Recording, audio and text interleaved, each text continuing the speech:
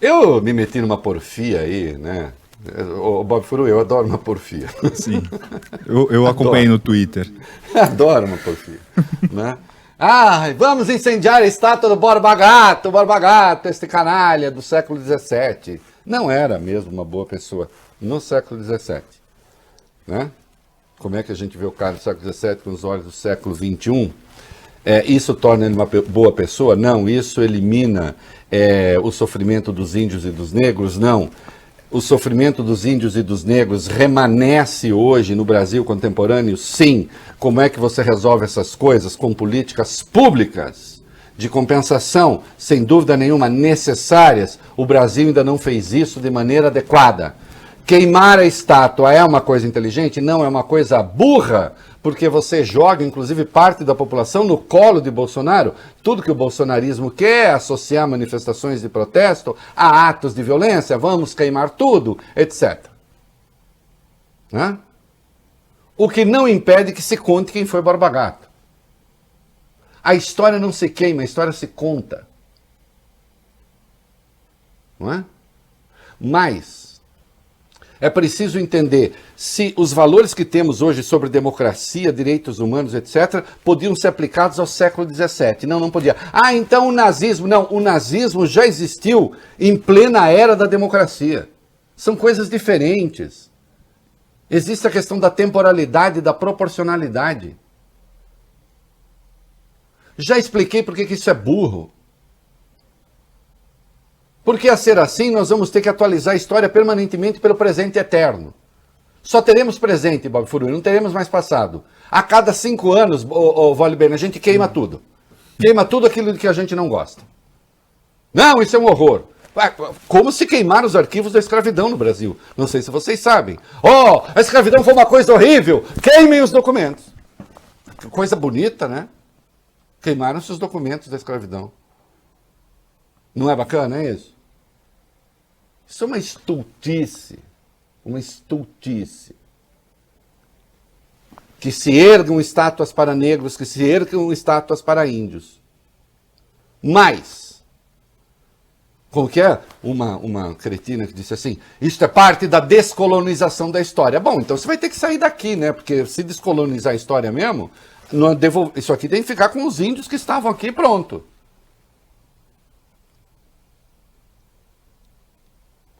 Que, by the way, também não viviam em paz. Mas tudo bem, era coisa de índio. Tá bom. Então, voltamos àquele padrão. Nem estátua para negro tem, porque, aliás, se não tivesse chegado branco aqui, não teria chegado negro também, não teria chegado nada, a gente faz a história voltar lá para trás. Para onde? Para a caverna. É um raciocínio que nem sentido faz. Nem sentido faz. Eu já escrevi sobre ele o suficiente. Aliás, isso nem marxista isso não é de esquerda. Trotsky, quando foi visitar Lenin em Londres, o Lenin sai com ele e fala, a ponte deles, a igreja deles, a catedral deles.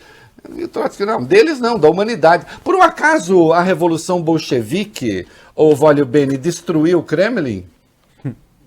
Ou ocupou o Kremlin? Não, vamos destruir o Kremlin. São séculos aqui, o Bob Furuia, de servidão. Bota abaixo. Não, eles falaram, não, agora é nosso. Sim. Nem de esquerda isso é burro, isso é burro, isso é burro. Entende? É gente que de marxismo não conhece nem a capa do livro. Marx, aliás, é um admirador do capitalismo. Ele considerava o capitalismo revolucionário. Ele só achava que precisava superar com o socialismo. Aí vem as divergências. Não é assim que se fazem as coisas. E isso não impede que se considere que Borba Gato foi quem foi. Isso não faz sentido. Isso daí é a importação de um movimento identitário que vem de outros países, estúpido, aliás. Mais ou menos como o Sérgio Moro importou as leis dos americanos para combater a corrupção no Brasil, segundo os interesses americanos, claro. Aliás, está morando lá, né? Vamos ter uma outra boa de Lava Jato hoje. Então isso é uma estultice. Não se justifica de... Não há teoria política para isso. Não há teoria política para isso. 2013 não ensinou nada a vocês, não? Os violentos, 2013 não ensinou nada, não? Não foi a esquerda que começou a ir para a rua em 2013? Havia... Atenção, a economia já estava ferrada, mas não tinha aparecido ainda. Ainda havia pleno emprego. 2013 foi o ano do maior rendimento do trabalho no Brasil, vocês sabiam? O maior rendimento do trabalho histórico no Brasil foi 2013. Então, rendimento alto, desemprego baixo, né? Consumo alto, já estava condenada a coisa, mas ia estourar mais adiante. Começaram os movimentos de rua pela esquerda, pela extrema esquerda, com violência. Bom, 6 meses depois, eles tinham perdido completamente o controle das ruas, a extrema-direita foi para a rua e ali começou a eleição de Bolsonaro.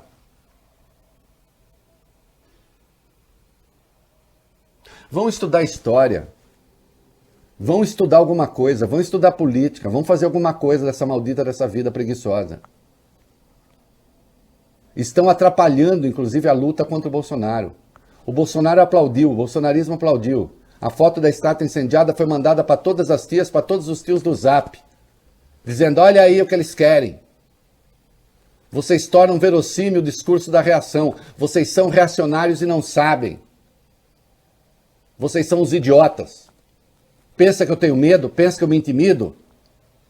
Ah, eu vou cancelar. Cancela quem quiser. Não dependo de vocês. Não tô nem aí. Vocês atrapalham a luta dos trabalhadores. Vocês atrapalham a luta pela democracia. Vocês atrapalham a luta contra Bolsonaro. São radicais de boutique. Estão interessados em financiar seus esqueminhas de suposta informação alternativa. É isso que vocês estão querendo fazer. Com dinheiro dos trouxas. Alguns estão fingindo que estão fazendo jornalismo. Não estão. São só umas velhas, uns velhos coroca que perderam a história. É isso que eu penso de vocês. E vou falar. Agora, não acaba aqui. Queimar pessoas é mais grave do que queimar estátuas.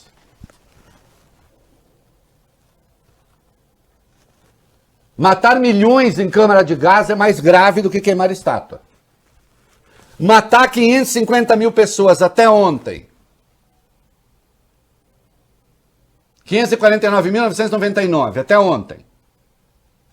Com uma política de saúde homicida é muito mais grave do que queimar estátua. Aqui se fala tudo. E, portanto,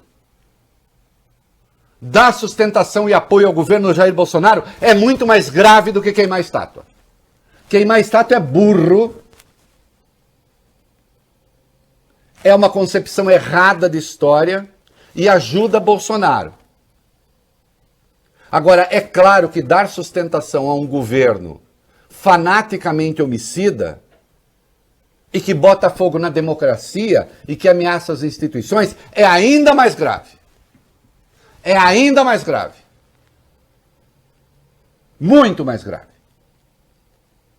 E aí nós sabemos que Bolsonaro, também ele, se encontrou com a deputada Beatrix von Storch, a vice-líder do Partido Alternativa para a Alemanha, que está coalhado de neonazistas, de antissemitas,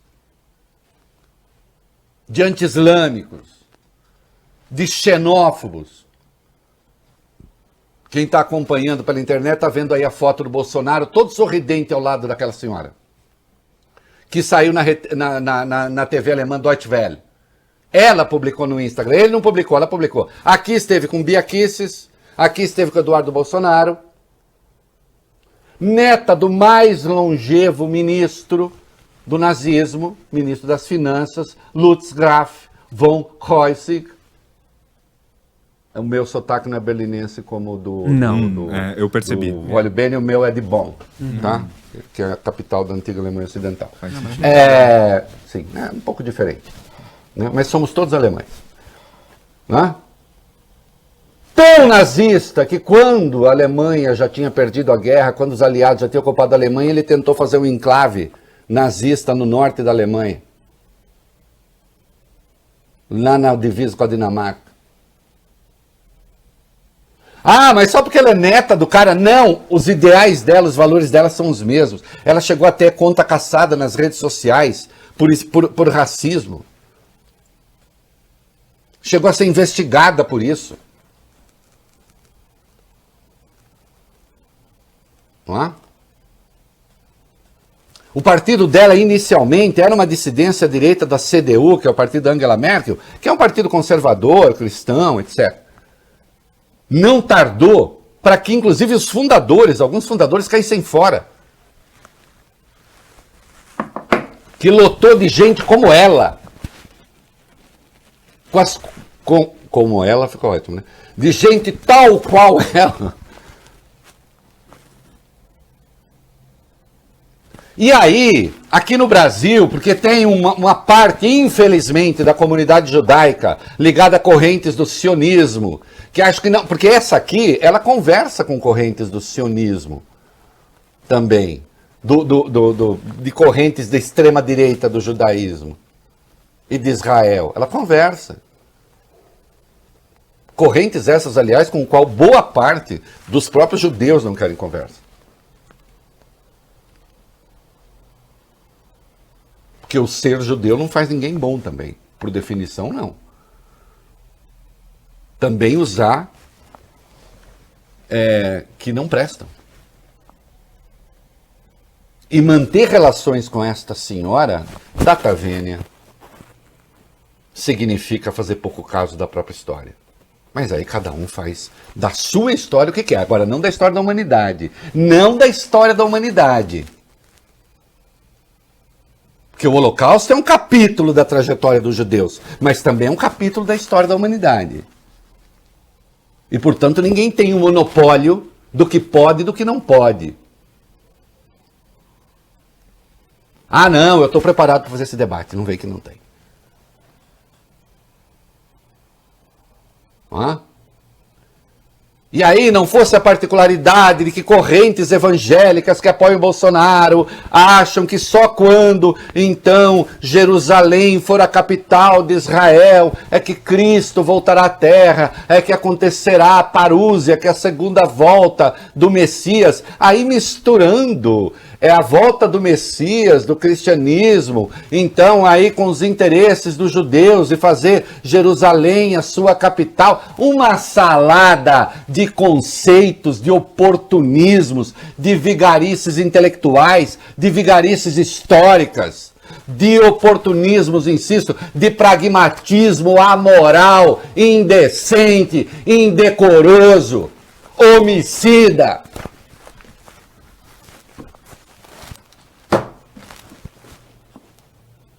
Está dito tudo. Se encontrar com esta mulher é muito mais grave que queimar a estátua. No entanto, há quem esteja indignado com a estátua, mas não com isso aqui. Isso aqui explica, justifica, procura entender. Não, eu não entendo, não justifico, condeno, dou a noção da gravidade que é isso, perto de uma queima de estátua, e, no entanto, estou dizendo que queimar estátua é uma burrice. E não tente me intimidar com correntinhas na internet, aqui para vocês. Desde quando eu me intimidei? Desde quando eu me intimidei? Nem com bolsonarismo, nem com patrulheiro babaca que não leu nada, não sabe nada. Vão estudar. E este programa, inclusive, vive dando bibliografia. Hã? Não existe presente eterno em história. Ou vocês vão estar justificando a destruição dos Budas lá no Afeganistão. Porque, afinal de contas, o Talibã, segundo os seus princípios, aquilo reproduzia o reino da injustiça. Não é?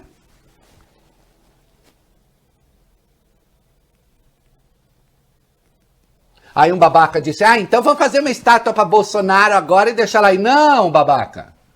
Deixa de ser babaca, deixa de ser burro. Deixa de ser burro, cara. Bolsonaro já está inserido nos valores da contemporaneidade democrática. Como Hitler estava. E, portanto, aquilo sim, tem que ser contestado. No entanto, os sinais do nazismo estão lá e têm de permanecer lá para que seja lembrado. E não destruído, simplesmente. Fazer uma maquiagem na história como se não tivesse existido. Que resta, inclusive, como sinal da iniquidade. O que há? Aliás, quando as estátuas de Lenin começaram a ser derrubadas no leste europeu, eu falei, isso não vai terminar bem. Isso não vai terminar bem. E não terminou. Em alguns dos países, o que se tem hoje é uma extrema-direita delirante, fascistoide. História é história. Tem um vagabundo na União Soviética, na Rússia, hoje, de extrema-direita, que ele quer, Volio Bene, vender a múmia de Lenin, segundo ele, para aplicar o dinheiro no combate à Covid. Entendeu? Não, a múmia de Lenin tem que ficar lá. Por quê? Porque você gosta do Lenin? Não, não é questão de gostar de Lenin. É porque faz parte da história. Que fique com o devido registro de por que está lá. É tão difícil assim entender a civilização? Acho que não, né? Ou agora, cada um com seu poderzinho da hora vai julgar o que é história, o que pode e o que não pode. Se candidatando a juiz universal da civilização. Não precisa queimar barba do gato, não, que precisa fazer política inclusiva. Para aqueles que foram excluídos. E parar de macaquear a coisa que acontece lá fora. Prestar atenção aqui ao povo brasileiro. O que é? Tem gente que nem trabalhou na vida, tá lá queimar, vamos queimar a coisa. Que nem era a turma do Passe Livre em 2013. Tem um caso aqui de uma escola particular em São Paulo, que o moleque ia de motorista, levando na mochila a roupinha preta, ia, quebrava ônibus, depois voltava para a escola, e aí o motorista passava para pegar de volta. E ele ia quebrar ônibus de trabalhador. Ele que nunca tinha andado de ônibus.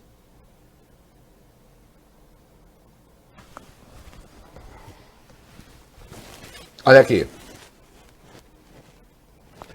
Anteontem, acho que saiu uma matéria no Globo dizendo que o Zé Dirceu está se encontrando com o Sarney, com o Kassab, com não sei o quê, defende que o PT fale com evangélicos. O Lula, aliás, está buscando diálogo com centro, conservador, evangélico. Está certo, tem de fazer política. Tem de fazer política. Tem de conversar. Entende? Ninguém vai governar o Brasil sem o centro, sem a direita. Aliás, não se ganha eleição sem essas pessoas e não se governa sem essas pessoas. Qualquer um que entenda minimamente de política sabe que o que se busca aí sim é fazer uma aliança, e aí o que se busca é hegemonizar e liderar essa aliança. Agora, a aliança é necessária. A conversa é necessária. Vai ver quando é que o Lula... Ele pode até ficar calado, não sei o quê, mas vai ver quando é que ele propôs incendiar o que quer que fosse no Brasil?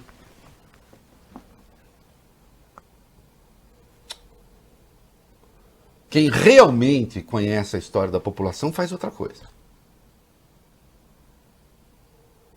Mas que não se perca de vista nunca. Queimar pessoas é mais grave do que queimar estátuas.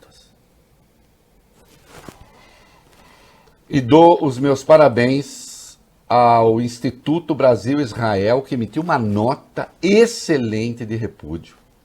Excelente de repúdio. A AfD, Alternativa para a Alemanha, fundada em 2013, cultiva tendências racistas, sexistas, islamofóbicas, antissemitas, xenófobas e forte discurso anti-imigração. Em março deste ano, a Agência de Inteligência da Alemanha colocou o partido em vigilância depois que o Serviço Secreto identificou uma série de violações da democracia e dos valores constitucionais do país. O sentido sectário do encontro fica mais claro pelo fato de tanto o Brasil quanto a Alemanha estarem enfrentando tragédias e nenhum dos dois lados ter sequer se referido a isso. Aliás, excelente lembrança. O fato de Beatrix von Storck se ausentar da Alemanha quando se contam as vítimas das enchentes e viajar para um país isolado internacionalmente a esta altura, como o Brasil, mostra a irrelevância de seu partido e a busca desesperada por qualquer legitimação internacional. Ao contrário de uma união dos conservadores do mundo para defender os valores cristãos e a família, como sugeriu Biaquices, esses encontros estão mais para a união de políticos de extrema-direita irrelevantes no cenário global. Um abraço de náufragos. O Instituto Brasil-Israel repudia veementemente esses encontros, que representam um revés nos esforços de construção de uma memória coletiva do Holocausto e uma afronta à letra ao espírito da Constituição Democrática do Brasil. Ponto final, é isso aí, está dito. Acabou.